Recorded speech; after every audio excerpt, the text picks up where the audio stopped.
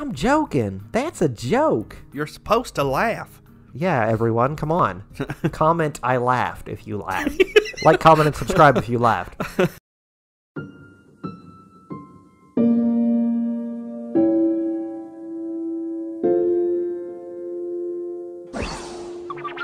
Hello, and happy Otaku Tuesday. Yeah, it's been finally. a while. I missed all of you. Finally back. I am so sorry. There was sickness going through my family and things like that. So yes. 2 weeks with no Tuesday. I had to play a porn game. Oh, woe is you! Satiate. Just playing porn games without me. Yeah. You bastard. I have so many porn games we could have played. But you weren't here. I had to play them on my own. Yeah. Make myself feel better. God, the worst. It's okay. Now we're back. Yeah. Performing for you. Yeah, just the second episode of the Hisao route now. Yeah. So we just like straight on was like, let's just bang it out. And we did. We made that choice and just we were ready to drop trow. And right? It just kind of happened. Yeah. And now we're heading to... She's like, we could study, or we could have sex. Yeah, and he's just like, okay, I'm a virgin, I'm nervous about it, but I'm whatever, well, let's do it. Right. And then they like banged all night. Yes. Yeah. God. Lucky. Let's play some porn games. Please. Just do a whole like Otaku Tuesday and then like Smut Saturday. Yeah. Demonetized Thursday. Yeah, no shit. Well, we'd have to be monetized first. Well, it's not going to happen if I keep playing porn games. Yeah, that's true. Probably go delete those. Nah, pretend they didn't exist. It'll be fine. No one will notice. It'll okay. Be like the back catalog. That's like Bookend Gaming after dark. Should have uploaded them at like 11 p.m. or something. Right. Okay, bear with me. I'm still like getting over being sickly. So like my voice is going to be all jankier than normal. Oh, okay. Which is really saying something. So let's do this. Let's do it. With the last of our luggage off the bus and piled onto the chair of the shelter, the old thing slowly pulls away with a friendly wave from the driver. It's small wonder that it's still around after all these years. This little shed that we got. Right? With the cherry blossom bus tree. Stop? I don't know. And is that a grave next to it? Yes. Someone got hit by a bus here. Let's not move the stop or anything. As the rumble of the tired old engine fades away, it's replaced by nothing but silence. A comfortable, nostalgic silence. I remember when everything was silent. I don't. I mean, kids. Looking out from the wooden bus stop, topped by a rusted sheet of iron that only barely keeps the sun out, a bright green expanse greets us. It's the bus. I live on a golf course. The lonely cracked road cuts a straight line between the multitude of farms and rice paddies that cover the valley. Multitude of... I used the word multitude twice, too quickly. A perfect rectangles, the muddy fields rimmed by embankments of thick grass, and going on as far as the eye can see.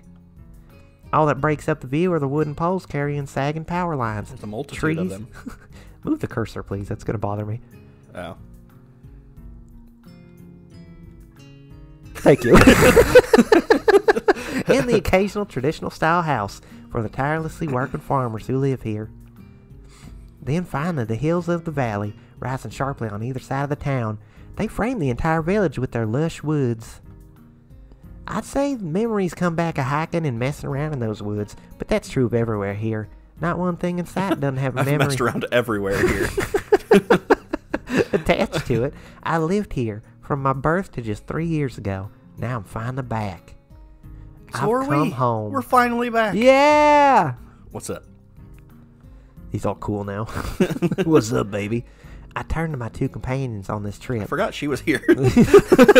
So did Hisao. In my unexpected nostalgia for the place, I'd forgotten that it was their reactions that I was looking forward to, not my own. Suzu couldn't give less of a damn about me, simply standing wide-eyed at the sight before her. You'd be forgiven for thinking she'd just seen the landscape from one of her computer games become real. Even Hisao, despite his attention being on me, obviously has his mind in two places at once. This place looks just like RuneCraft. RuneScape. RuneCraft? World, I don't know. It's a fake I had to mix. make it a fake one Yeah. for this game. What do you mean? RuneCraft. You know, RuneCraft. Yeah, I gotta craft them runes. Yeah. You don't have an excuse to look distracted like we do. He's not wrong. If I'd left on different terms, or even just taken the chance to visit once or twice, perhaps I'd be totally ambivalent about being back here. They see a bunch of farms and woodland, but I see memories of a fate I'd given up on, that I'd wanted desperately to give up on. If only life worked that way. Like that. Come on, it's not that weird a place, is it? I give a disarming smile to Hisao. Oh, my arms, they fell off. Ren, help! But he doesn't seem to buy the misdirection. It's only now that I realize I've been absentmindedly rubbing the stump of my left arm. My hand is somewhere in these fields. It pretty much is, yeah. I remember seeing places like this in the news. But that's different to actually being here, so that was a stupid thing to say. See lots of things on TV.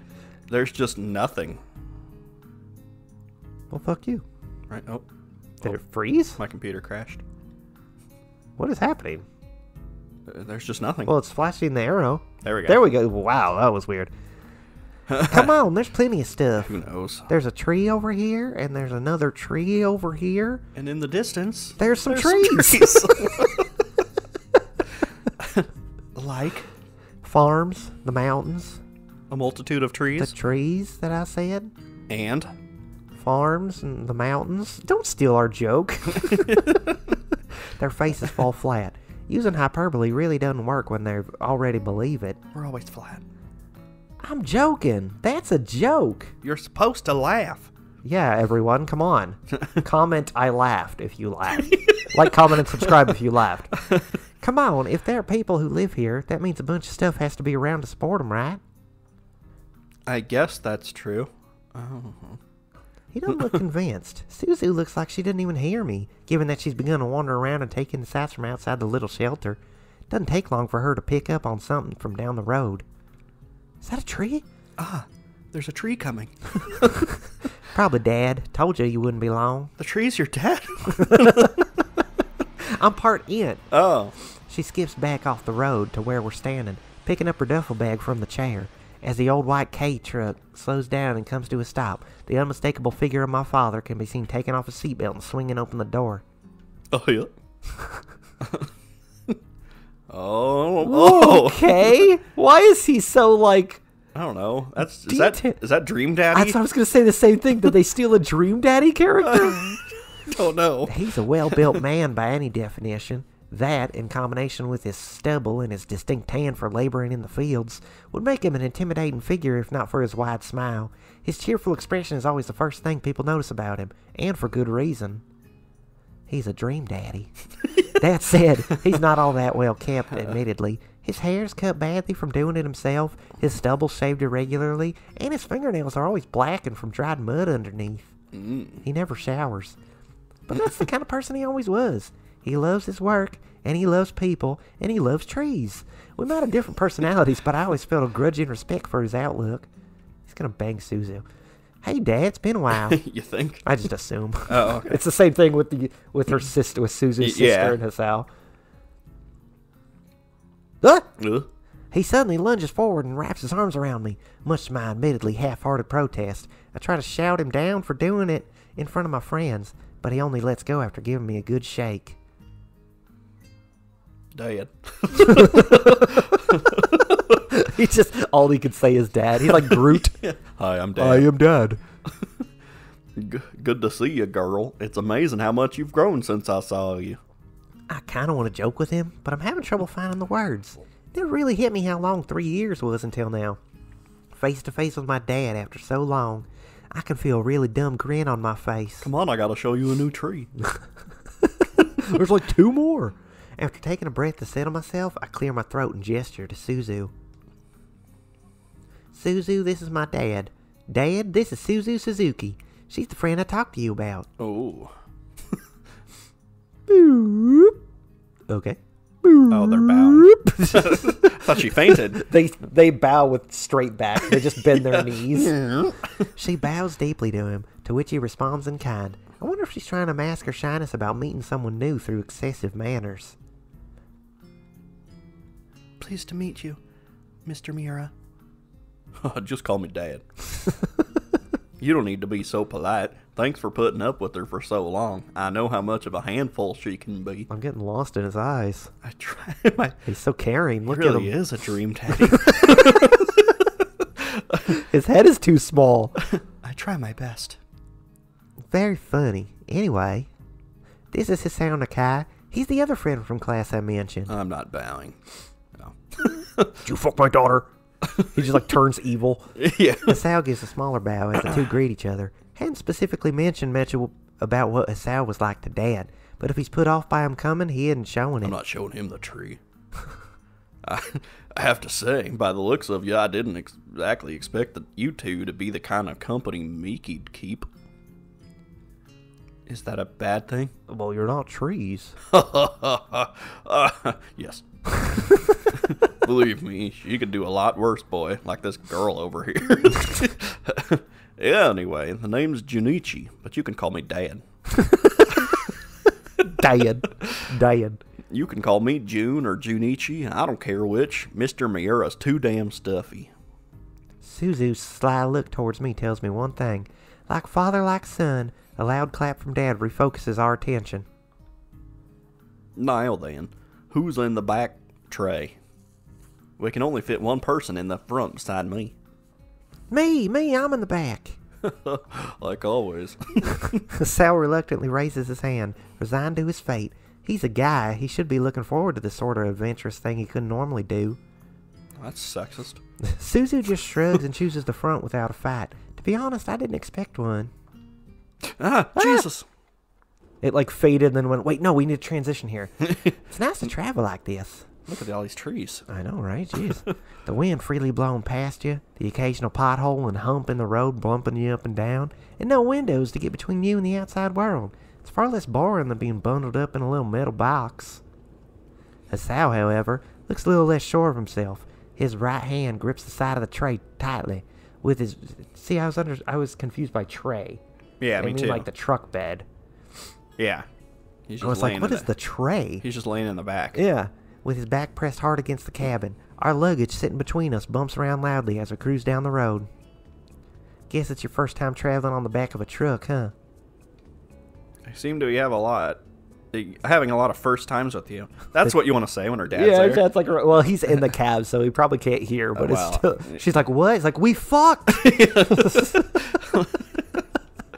He might be grumbling, but I think he's enjoying it. Just a little.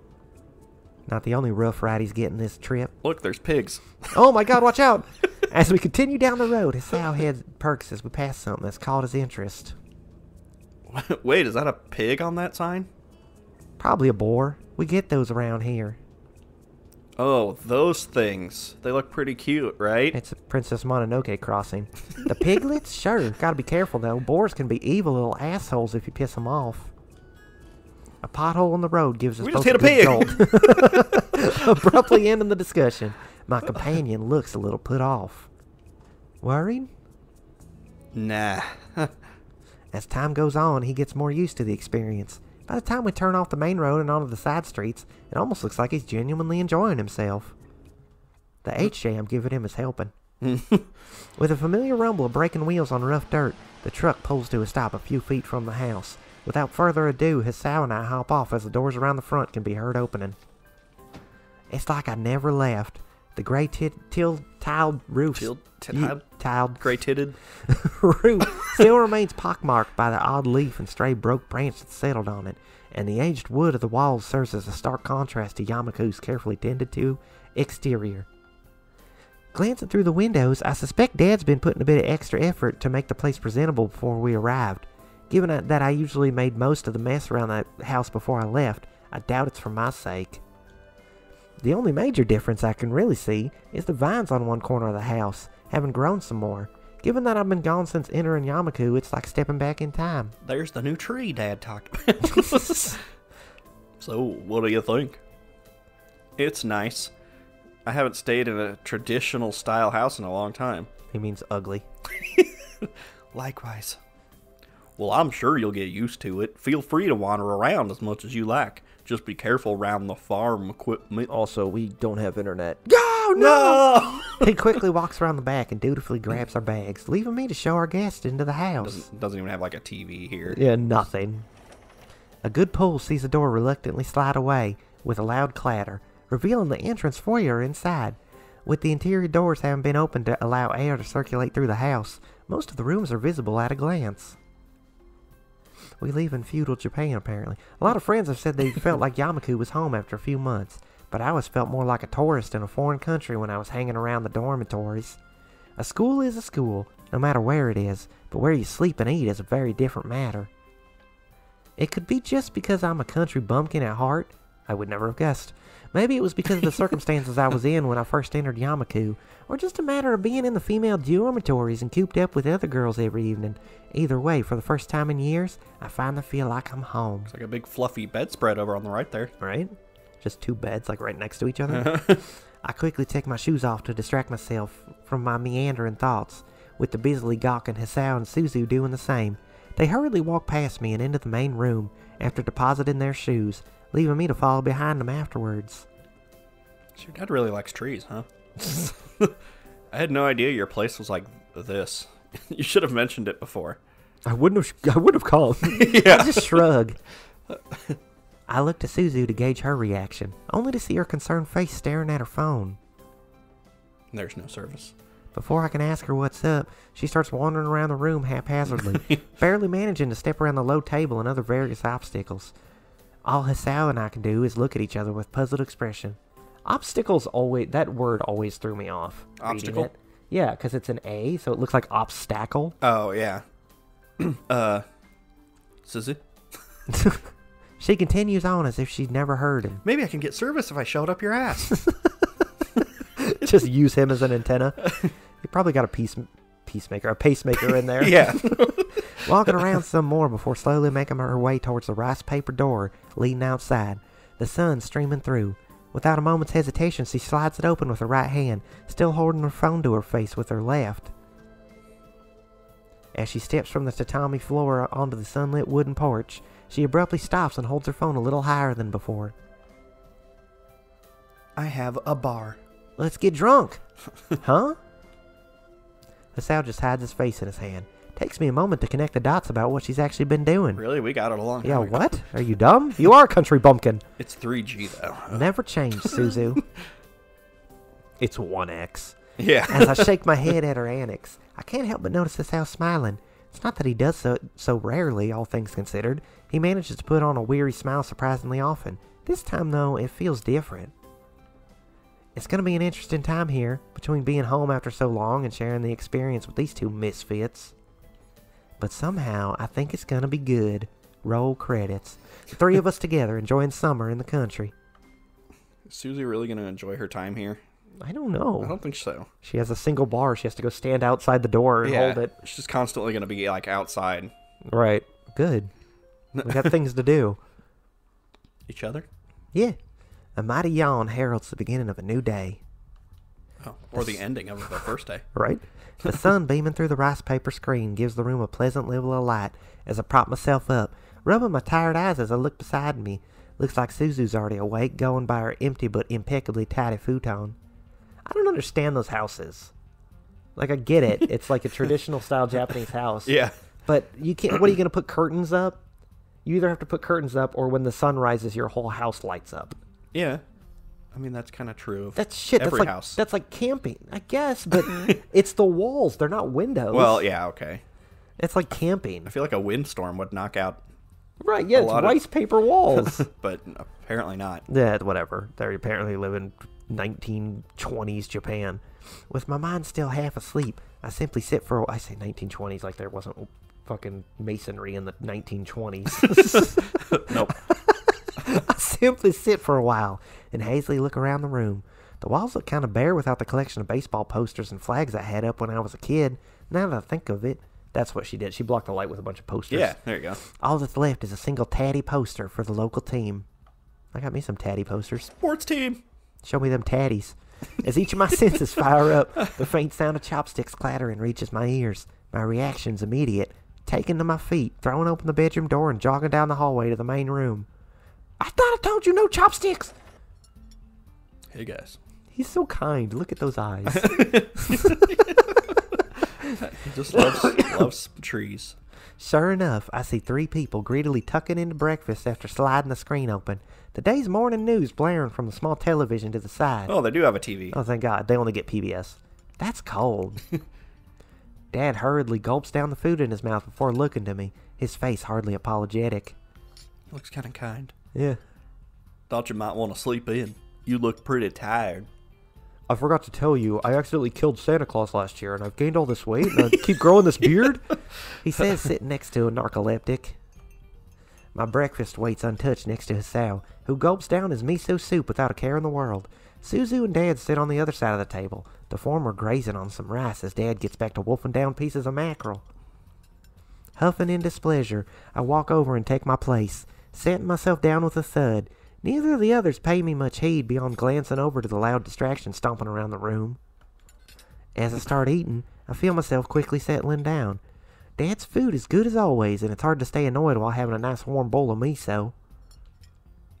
Miso? You hungry or something, boy? You fuck my daughter? I look over to Hisao. Just casually. His bowl of soup emptied and his rice quickly whittling down. I'm not going to stop asking. He had to share a room with the dad. Yeah.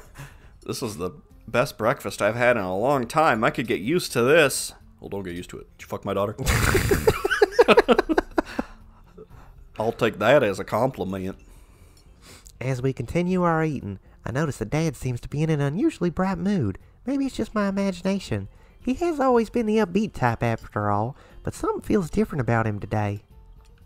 Maybe the chance to simply share a meal is enough to lift his spirits. Since I've been at Yamaku, I doubt he's often had the chance. I assumed he was going to be like a huge jerk based on the phone call. Yeah. Like he was like, you better not fail, blah, blah, blah. Any plans for the day? Or he wasn't saying like, you better not fail. It was like, I expect you to fail, whatever, no big deal. Right. But it was like, it still seemed like he was just like, had given up and he was just a jerk. Well, I guess when she said, no, we're not going to come over, he was just like, yeah, okay. Yeah, yeah. That's cool. Guess we're largely up to Miki's mercy. Saying that sort of thing might get us killed. You can relax. I was just thinking of riding up into town and taking it from there. Maybe climb a tree. So we're on bikes. Do you have enough to cover us? You can use mine if you want. Just one bike, all 3 of us on one bike. That old thing? Does it even still work? It's a bike. I find a pair of chopsticks jabbed at the air in front of me. My eyes! Oh God, he looks pissed. Oh no, he's He is not a kind jerk. anymore! Ah! You watch your mouth. I use that old girl nearly every day. Oh, steam! Steam! Might be getting on by now. But she done me good. Sounds like it's settled then. She's missing a seat, so you gotta stand the whole time. Or do you? It didn't take long for us to escape the house after breakfast, the urge to explore the area on everyone's minds as Dad went to feed the chickens. With Hisao on Dad's bike and Suzu sitting on the back of mine, we set a good pace as we breezed along the otherwise empty road. The odd hill or house is all that breaks up the flat expanse of rice paddies on either side of us. Patties. Yo, Hisao, you keeping up okay? They're actually cabbage fields. You see what's-her-face over there eating a bunch of cabbage? Yeah. Finally, land! Oh my God, the multiverse. Don't worry, this much should be fine. I'm guessing you get a lot of use from these things out here. Sure do. It's pretty much the perfect place for them. Flat, straight, not much traffic, nice and easy to just shoot along the roads. You do know where we're going, right? I remember this place like the back of my hand. I want to drop by somewhere before we reach town, Oh though. shit, I lost it. Now, what did that thing look like? Where? As we start approaching an intersection, I jerk my head to the left. Sorry, I have a tick. Follow me and I'll show you. Let's go to the right. Suzu clutches me tightly as I stop pedaling and let my bike tilt around the corner. This feeling of speed as the air flows past us is great. Going by Hisao's expression as he follows us around the corner, he's enjoying this just as much as I am. Just gotta go fast. Suzu's not enjoying it because my hair is in her mouth. As we right ourselves and end up roughly side by side once more, I notice the thin bead of sweat running down his face. Heat not getting to you? It is. I'm good. I'm good. I don't need it. Glad to hear it. Lots of people complain that it's too hot around here. You know, you don't need to worry so much about me. But I need that dick at 100%. Whether in response or just from a sense of competitiveness, Hisao pushes down on the pedals and brings himself out of his seat as he surges forwards, the bike tilting left and right as he pushes past us with great effort. It's impossible to take that kind of challenge lying down. Yeah, he's gonna die. Hang on, Suzu! Miki, don't! Ignoring Suzu's protest, I do my best to catch up with the boy. She clutches tightly to my waist. Oh, it's kind of hot. But doesn't seem to be panicking. Do I like this? It feels refreshing to breeze along the roads like this, with the fresh air flowing past us and bright sun overhead, just like when I was younger, even including when my friends and I would race our bikes. With some effort, I managed to pull alongside Hisao. His face, or rather his smile, takes me by surprise. It is a little jarring. I think I've already said this, but he looks like Jeff the Killer. Yeah. He barely even notices me as he powers on, his mouth in a wide, childish grin. Hisao really does look better when he's like this, finally freed from his inhibitions as he lets himself enjoy the moment. Shanghai. Having arrived at our destination, it's a franchise. Yeah. Hisao and I prop our bikes up against a large tree as Suzu dusts herself off. But it's still Yuko. Yeah, she's at all. Yeah, she's Nurse Joy, Uh-huh. and perhaps tries to collect herself a little. The old school building stands ahead of me, just as it had all those years ago. Mostly wooden, like everything around here. All them trees. It seems to have had a few more bushes planted around it in order to not look so bare. You know, I found out that they are all different. What? They all have a different colored cross on their hat. What are you talking about? All the Nurse nurses? Joys. Really? I never saw noticed this thing that. online. I was like, Yeah. nuh-uh. And Wow. yeah, they all have a different colored cross. I've never caught that. I wonder if the Officer Jenny is all, because there's multiple Jennies, isn't there? Yeah. But their hats are all the same, I'm pretty sure. I don't know. Yeah, I had no idea. But I was like, oh my god. Like every single town has a different Wow. color hat. I was like, oh, okay. Slightly puzzled, I absentmindedly tilt my head. What's it? I could swear it looked bigger. I was in the pool. That's normal, isn't it? You'd have been a kid when you were last here. 3 years. Now you're taller and can see it for its real size. I guess. Didn't think I was that much smaller back then, though. It sure is. Homely? Is that the nice word for pile of shit? Shitty, yeah. Looks a bit run down, I know. This place isn't like Yamaku. We got lunch change compared to their budget. I wonder if we could get in. I'm not sure that's allowed. I can't just walk into a school. Pretty sure this place be unlocked. Not you, too. What if somebody sees us? Relax, it's not like anybody's around. The teachers would remember me anyway.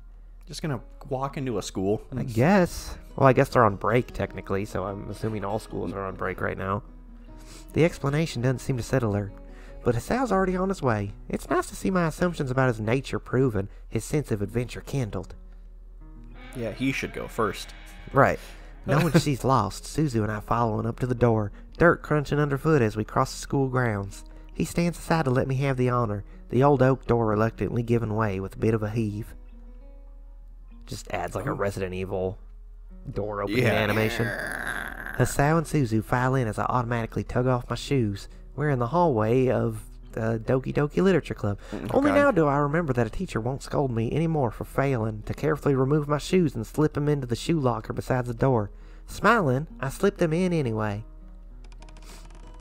Oh god. It's haunted. It is. The floorboards creak as we pass over them. Our trio slowly making our way through the hallway as our heads swivel about. It's gonna become a horror game. Oh god. He's gonna walk into a classroom and there's gonna be someone hanging there. Yeah, all the faces just turn and they have like no eyes. Yeah, oh god.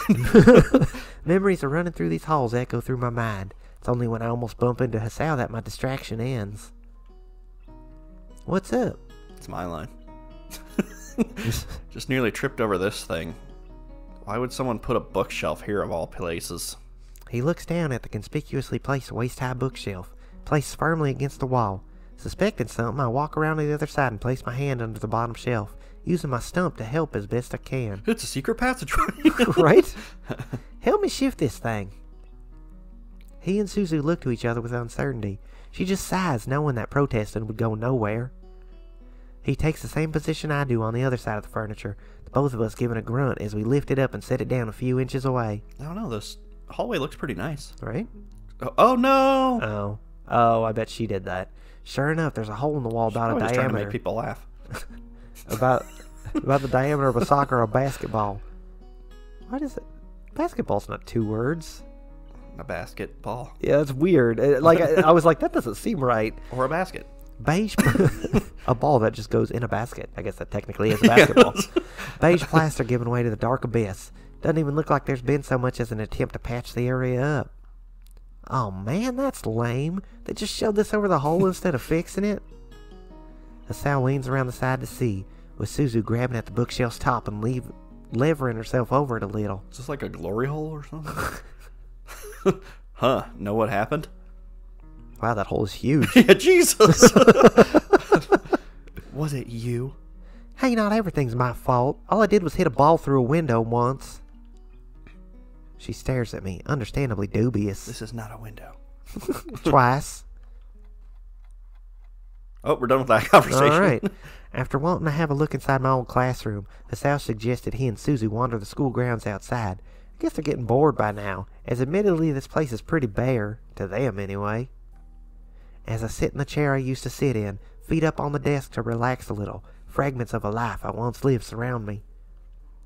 The pot plant sitting... What? The pot plant? On the windowsill, always looking like it was on its last legs, but never quite wilting entirely. An old clock on the wall ticking away, a cheerful message still scrawled on the blackboard for everyone to have a wonderful holiday. 420 toke up. Just the class pot plant. It's your turn to take it home. Yeah. Gotta take care of it. Otherwise, yeah. Even now I can hear the sounds of chatter around me. The teacher trying to Quieten us down. quieting us down for the lesson ahead. The smell from that kid who fell into a rice paddy on the way to school. Glitter getting everywhere as we made a card for a boy who broke his arm. A girl crying after pricking her finger as we tried to sew plush toys. What kind of sweatshop school is this? Then there was the baseball team. Nearly all of them were my classmates after all. The best friends anyone could have hoped for. And then there's me. One day chuckling away at another terrible joke from the boy sitting to my side. Another making a paper plane and hitting the board next to the teacher. Man, that lit her up. Not to mention the frantic rush out the door every break, tearing outside to mess around, be it sun or snow. And now I'm sitting alone in a classroom. We're here. Surrounded by silent and empty chairs. Well, I hope the chairs don't talk. And everything else creaked. Every life has its peaks and valleys and trees. I know that. Times are sometimes good, and sometimes they're a little rough. Sometimes they're in between. I don't think I'm sad to relive those days, but it frustrates me how I can't put words to what I do feel.